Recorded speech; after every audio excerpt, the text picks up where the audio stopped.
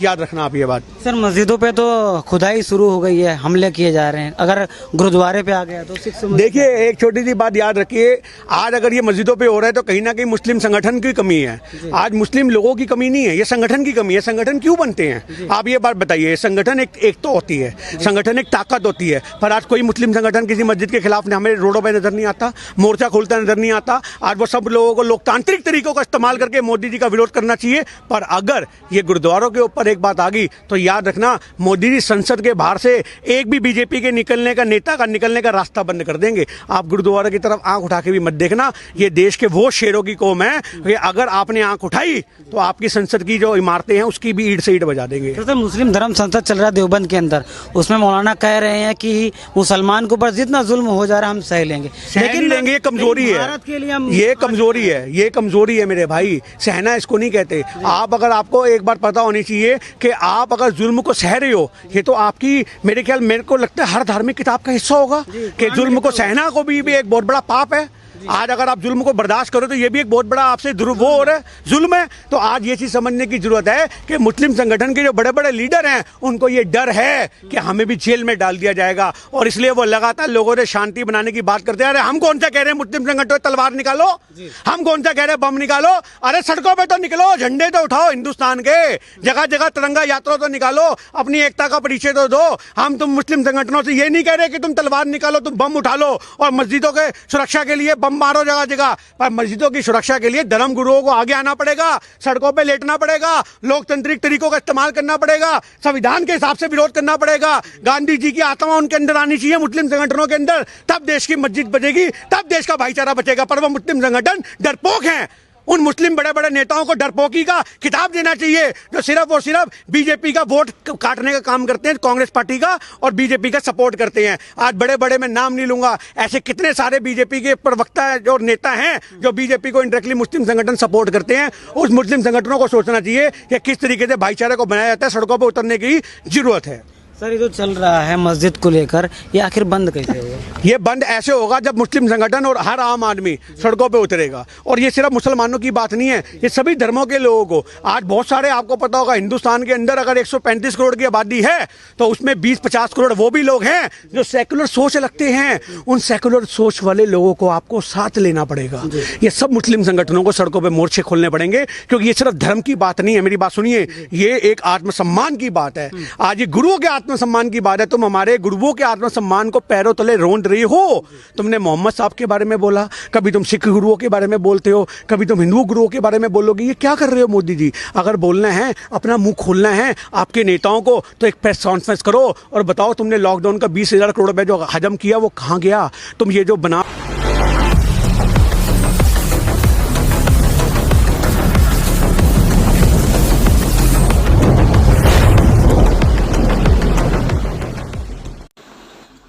जय हिंद दोस्तों, आज का ये जो वीडियो है ये कहने को तो बहुत बड़ी बात है और समझने वाली बात है कि हमको ललकारा जा रहा है, बदनाम किया जा रहा है एक तरह से। एक सिख भाई जो है उनसे एक इंटरव्यू में पूछा गया कि मस्जिदें तोड़ी जा रही हैं, मस्जिदों की खुदाई चालू है, सब मस्जिदों की खुदाई चालू है, मस्जिदें तोड़ी जा रही है। अगर ये चीज़ें अब गुरुद्वारा पे अगर आती है तो आप क्या करेंगे? वो भाई का ये कहना है कि खाली गुरुद्वारा के पास में, गुरुद्वारा पे नज़र डाल के देख लें तो मोदी जी और सारे पार्लियामेंट में बैठने वाले लोगों जो है वो पार्लियामेंट से बाहर नहीं निकल सकेंगे, हम वो हाल कर देंगे। दूसरा उनका ये कहना है कि हम मुसलमान जो है, मुसलमान के जितने भी इदारे हैं, जितने भी संगठन है मुस्लिम, सब डरपोक है और सब डरपोक है और उनको डर है जेल जाने का, इसलिए वो लोग चुपचाप बैठे हुए हैं, वो लोग कुछ नहीं कर रहे। तीसरा उन्होंने बोला कि ये लोगों को ये लोग अब डरपोक हो गए हैं, मुसलमान डरपोक हो गए और ख़ुद को बता रहे हैं कि हम सिख वो कौम है, शेरों की कौम है जो किसी से नहीं डरती। तो मैं इनको जवाब दूंगा, विस्तार से जवाब दूंगा इनको। सबसे पहली बात, संगठन बनते हैं किस लिए? संगठन बनते लड़ाई झगड़ों के लिए संगठन नहीं बनते। संगठन सरकार का विरोध करने के लिए नहीं बनते। इस्लाम ना कभी कमज़ोर था, ना कभी कमज़ोर बनेगा आने वाले समय में, ना इस्लाम आज कमज़ोर है। लेकिन इस्लाम ये सिखाता है कि अगर जो सत्ता पे बैठा हुआ है उसको कोऑपरेट करो। अगर हम लोग हमारे देश में आंदोलन चालू कर देंगे तो हमारे देश को हम खोखला कर रहे हैं। क्या हम हमारे देश के प्राइम मिनिस्टर को धमकी दे रहे हो? आप धमकी दे रहे हो प्राइम मिनिस्टर को कि नरेंद्र मोदी जी बाहर नहीं निकल सकते। क्यों नहीं निकल सकते? मतलब आप लोग पूरा घेर लोगे। देखिए, एक बात याद रखिए कि इस्लाम के अंदर नबी साहब के ऊपर जब भी बात आई है तो संगठन को बोलने की ज़रूरत नहीं पड़ती है। इस्लाम के बच्चों में ही इतना वो है कि वो लोग उसका इंतकाम का बदला भी ले लेते हैं और किसी को कुछ बोलने की ज़रूरत ही नहीं पड़ती है। मस्जिद की आप बात कर रहे हैं, जो मस्जिद की खुदाई चालू है या तोड़ते हैं, तो जो छोटे छोटे गांव हैं जहां पर इस्लाम बरोबर से उन लोगों को इस्लाम के बारे में मालूम भी नहीं है, वो सिर्फ नाम के मुसलमान हैं, ना नमाज़ पढ़ते हैं, ना वो खुदा की इबादत करते हैं, ऐसे जगहों पे गांव के अंदर मस्जिदें टूटती हैं। तो मस्जिदें वो लोग खड़े खड़े देखते हैं ऐसे इस तरह से हाथ करके कि वो टूट रही है मस्जिद, उनको वो फील नहीं होता, दर्द नहीं होता। क्यों? क्योंकि वो मेजॉरिटी में नहीं होते। बाकी आप बताइए ऑल ओवर इंडिया के अंदर कौन सी मेगा सिटी के अंदर और मेजॉरिटी वाली जगहों पर मस्जिद को तोड़ा गया हो?